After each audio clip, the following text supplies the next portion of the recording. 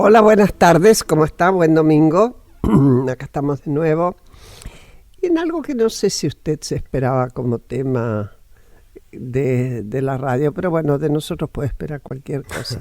¿No, Pablo? Así parece, así parece. No, no va a ser nada extraño. Como siempre me acompaña Pablo Marmorato, que tiene algo para decirles desde ya, además de las buenas tardes. Buenas tardes. Y Claudio Acevedo en las máquinas, como siempre. Graciela, te cuento, al igual que a los oyentes, que pueden comunicarse a nuestra cuenta de Twitter, @porqueprograma, o a nuestro mail, porqueprograma@gmail.com. Para promover una Argentina con más y mejor industria, el Grupo Techin creó ProPymes. Este programa acompaña a la mejora en la competitividad de sus pymes clientes y proveedoras. ProPymes, el compromiso de Techin con su cadena de valor. Bueno, ustedes dirán, ¿qué es lo extraño del tema?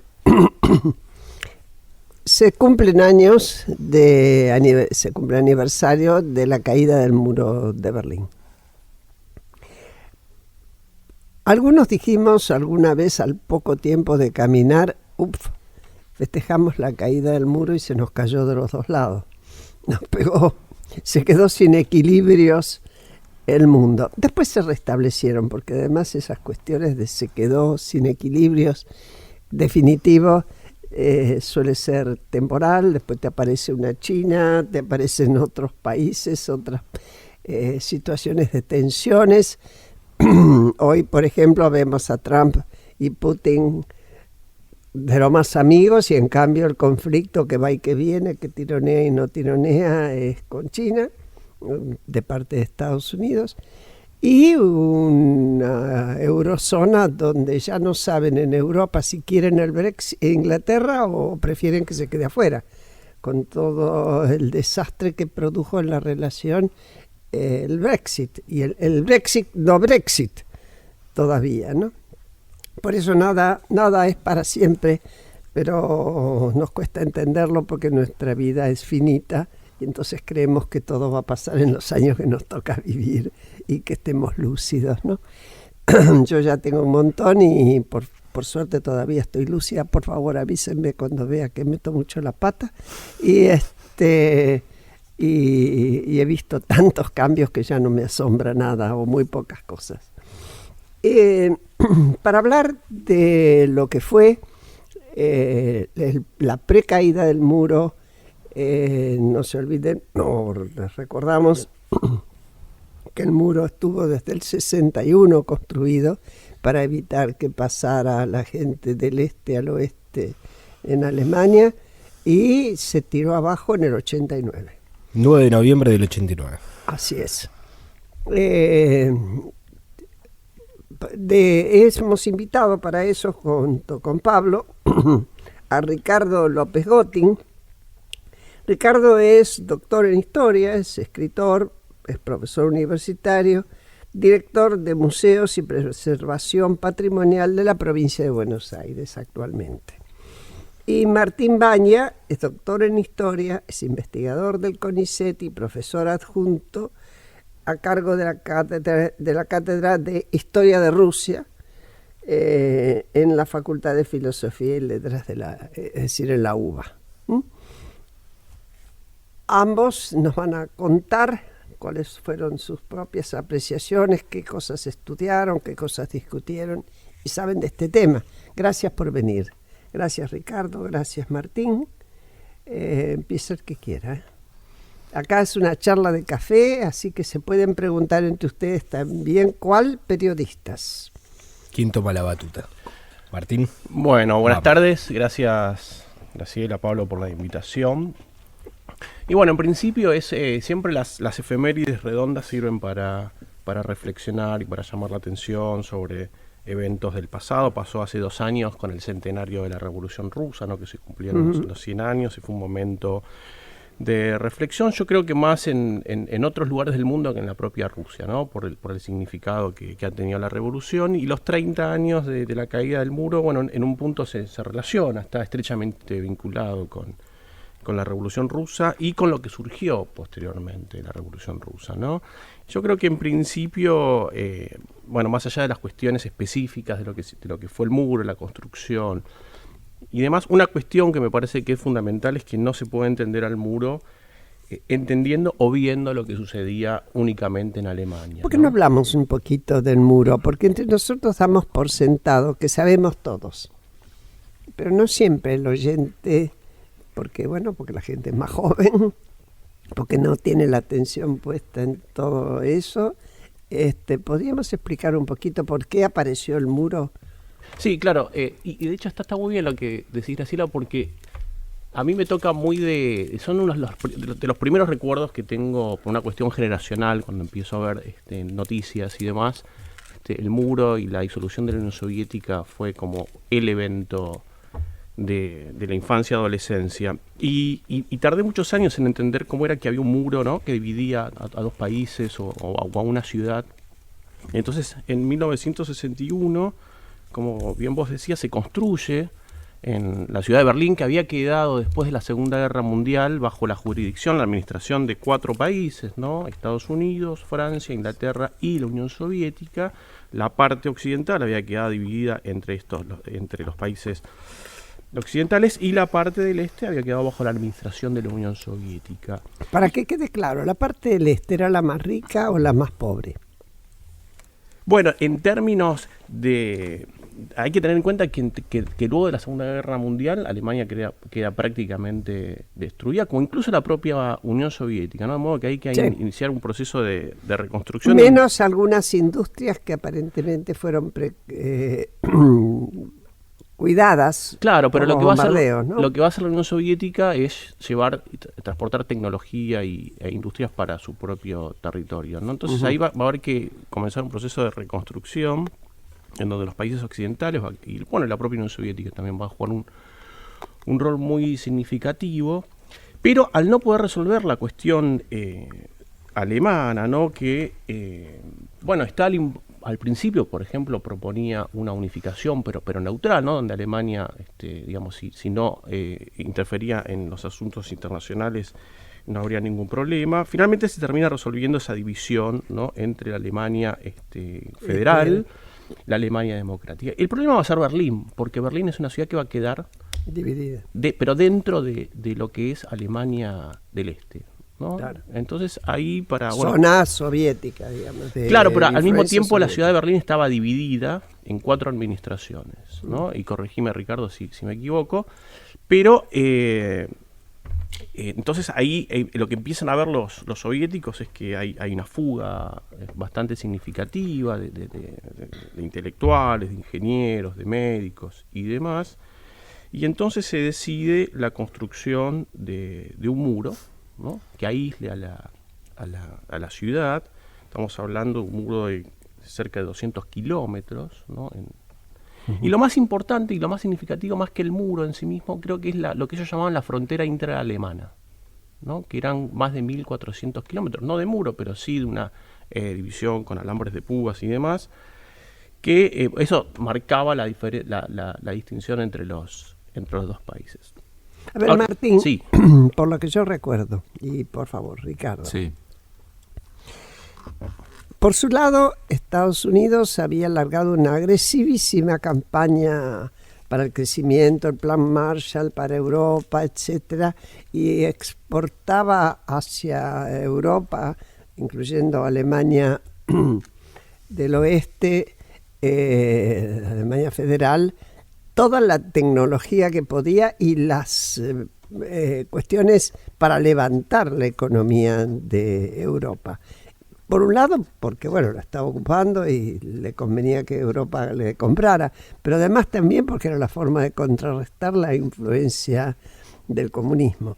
Y por el otro lado, hasta donde yo sé, en la Unión Soviética, Stalin decía, nos destruyeron hasta las puertas de Moscú y de las grandes ciudades, hasta que no recompongamos nuestro propio territorio, no nos vamos a ocupar de Alemania. Sí, Abril, que yo voy a añadir algunas cosas que dijo Martín, y es que en principio Alemania después de la Segunda Guerra Mundial pierde territorio, que eso no es un dato menor, a expensas de Polonia, porque Polonia a su vez pierde territorio a favor de la Unión Soviética después del pacto Ribbentrop-Molotov.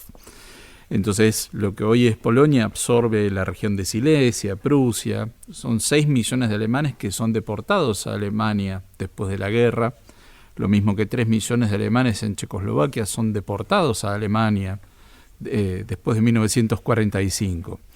Y no hay que olvidar que Berlín tuvo un bloqueo. Entre 1948 y el 49 duró casi un año el bloqueo terrestre, por el cual había un puente aéreo que Estados Unidos y Gran Bretaña llevaban suministros, comida, ladrillos, cemento, carbón, o sea, algo antieconómico, pero claramente desde el punto de vista político era una señal muy importante de que Berlín Occidental se iba a mantener como tal y que no se iba a ceder a Stalin.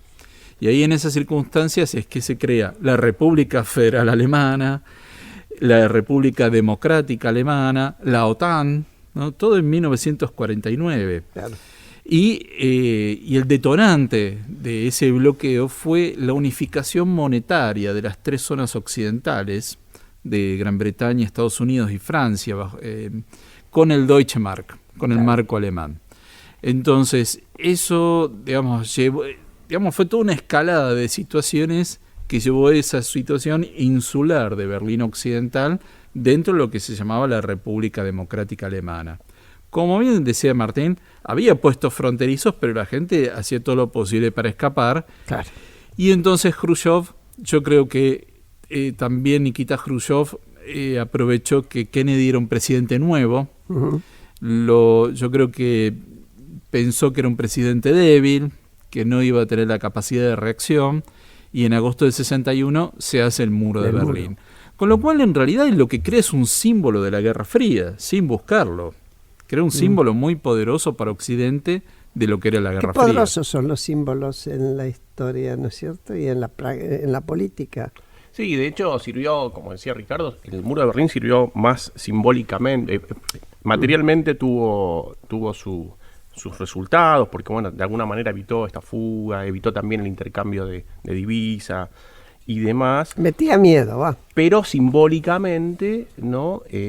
Jugó tuvo un lugar negativo para el comunismo, y de alguna manera fue ponerle materialidad a una frase de Churchill, ¿no? Que era la famosa cortina de hierro, ¿no? Que hay una cortina de hierro atrás de la cual se encuentran los países comunistas. En ese sentido, sí, el muro de Berlín es el símbolo de la Guerra Fría. Pero me parece también que habría que matizar la idea, porque en esa Guerra Fría, ¿no? Que uno siempre también, ahí juegan mucho las series y las películas que uno vio en la infancia, ¿no? Donde los comunistas y los soviéticos son los malos, y los todas las espías de aquella época son los buenos. Pero cuando uno ve las fuentes, o los historiadores que trabajaron con las fuentes, se ve que en realidad la Unión Soviética siempre está respondiendo provocaciones, ¿no? Y un poco los que crean la idea de este fantasma del comunismo, más simbólica que material o que efectiva, son los norteamericanos, ¿no? Entonces, como decía Ricardo, ¿no? Cuando se crea la República Democrática Alemana, la comunista, en realidad es una respuesta a la República Federal. Cuando se firma el Pacto de Varsovia, es una respuesta a la firma de la OTAN, ¿no? Entonces, eso es lógico. Ahí también, claro, pero digo, en el imaginario queda como que la Unión Soviética están ahí, ¿no? Amenazando al mundo. Pero oíme, bueno, pero es lógico que si vos armás la OTAN, organizás las fuerzas de varios países de un lado, sientan que tienen que armar algo en compensación. Está claro que la persistencia de que el socialismo avanzaba de este a oeste como convicción ideológica seguía, ¿eh? Sí, pero había más de imaginario, digo, en el imaginario de los norteamericanos que realidad, porque en términos de esfuerzo material para la Unión Soviética era desgastante, y terminó siendo desgastante al punto tal que se terminó disolviendo, ¿no? En 1991. Yo voy a disentir un poquito, Martín, porque hay que tener en cuenta que cuando termina la Segunda Guerra Mundial, en toda Europa Oriental y Central se forman gobiernos de coalición en los cuales los partidos comunistas tienen un rol importante. Y tenían ministerios estratégicos, el Ministerio de Defensa, el Ministerio de Interior, muchas veces el Ministerio de Agricultura, y que ante cuando Stalin ve que, para él el lugar más importante, más que Alemania, era Polonia, ¿no? Como una zona de colchón frente a una eventual revancha alemana, ¿no? Hay que ponerse también en la idea de Stalin de que podía haber una tercera guerra mundial con Alemania reconstruyéndose. Visto lo que había pasado en la del 14. La primera y la segunda. Entonces, eso era lo que más le interesaba. Y de hecho se había hecho un reparto de zonas de influencia de lo que era Alemania, de Europa Oriental y del Mediterráneo. Había una serie de zonas de influencia. Pero había una señal clara a los partidos comunistas de que hicieran la toma del poder. Esa hubo una reunión en Polonia, en Skwarska Poręba, en la cual el Cominform le indica a los partidos comunistas de Europa Oriental que tomaran el poder, que ya había terminado esa etapa y que coincide con esto, el bloqueo de Berlín, posterior es la formación de la OTAN, es decir que había un doble juego, no es que uno actuaba y el otro reaccionaba, los dos actuaban y era lógico en vista de sus intereses, pero sí había un proceso de toma del poder de los partidos comunistas, de establecer lo que en el eufemismo de la época se llamaban las democracias populares. Tal vez la gran diferencia, que no era poca cosa, es que la guerra había afectado toda Europa y Eurasia directamente sobre territorio, no era el caso de Estados Unidos. Estados Unidos recibe el primer ataque en su territorio el famoso 11 de septiembre. Y además un ataque aislado, ¿no?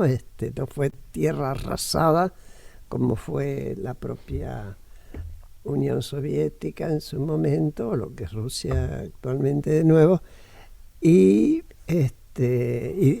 Londres y Francia, bueno, Francia no tanto, porque acordó bastante rápidamente el régimen de Vichy, pero bueno, Bolonia, cuando se descubren las fosas de fusilados polacos que se creían que eran víctimas de los alemanes, habían sido víctimas de Stalin, del régimen comunista, ¿no?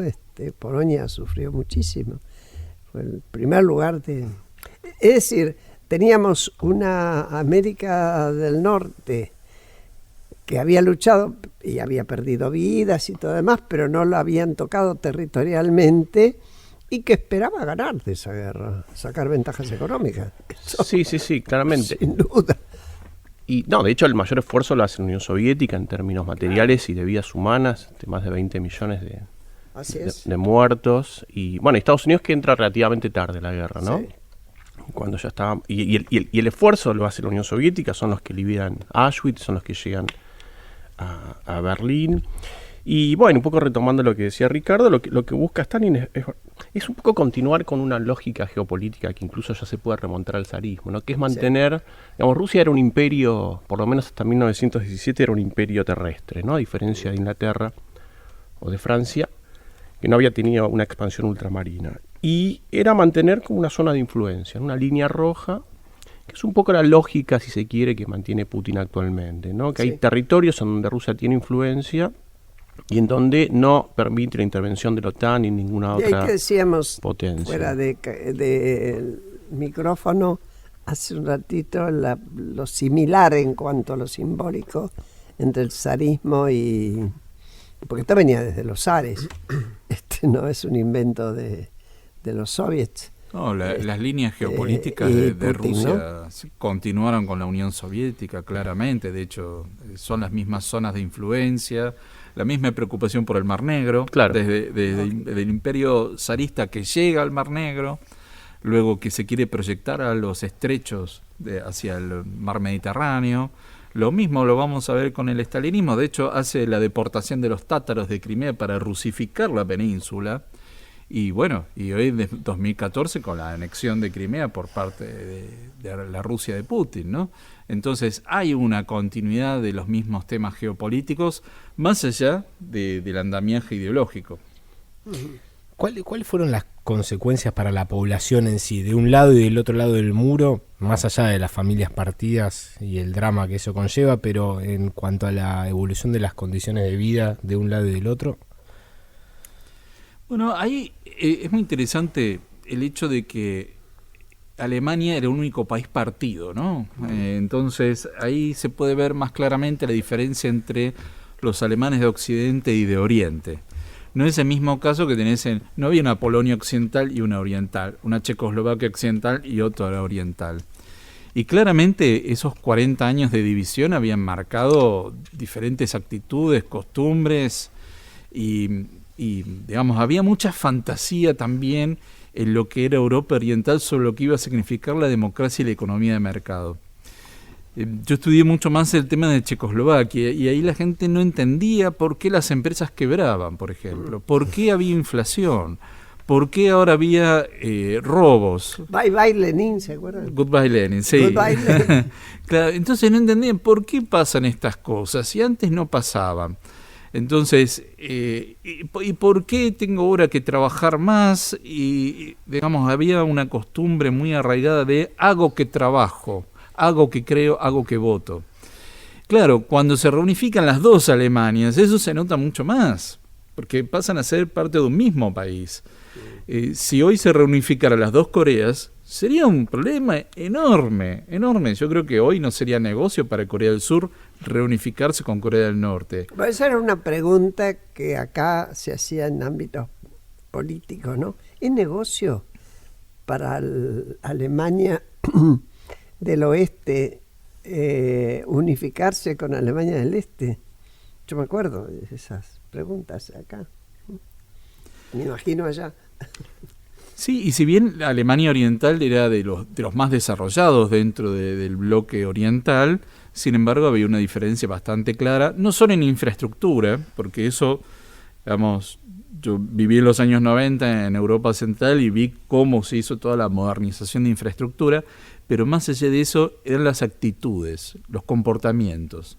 Y claramente había una incomprensión a ese nuevo mundo con otras reglas que de repente se insertaba y que creían con mucha ingenuidad que ahora todos iban a ser ricos, ¿no? Que digamos que la economía de mercado significaba el enriquecimiento rápido de las personas. Y no, eran nuevas reglas, nuevos comportamientos, y que en los otros países de Europa Oriental fue más sencillo desde el punto de vista que muchos emigrados volvieron con otras costumbres, pero fue muy diferente. En este caso el impacto fue muy fuerte, y no por nada. En lo que era la Alemania Oriental, en general hay un voto hacia el Partido Comunista, o Die Linke, como se llama ahora, o los partidos ultranacionalistas. Es decir, un rechazo a no lo que apareció es la socialdemocracia, digamos. La socialdemocracia en sí, como partido, no se aparece. Se desdibujó. Sí.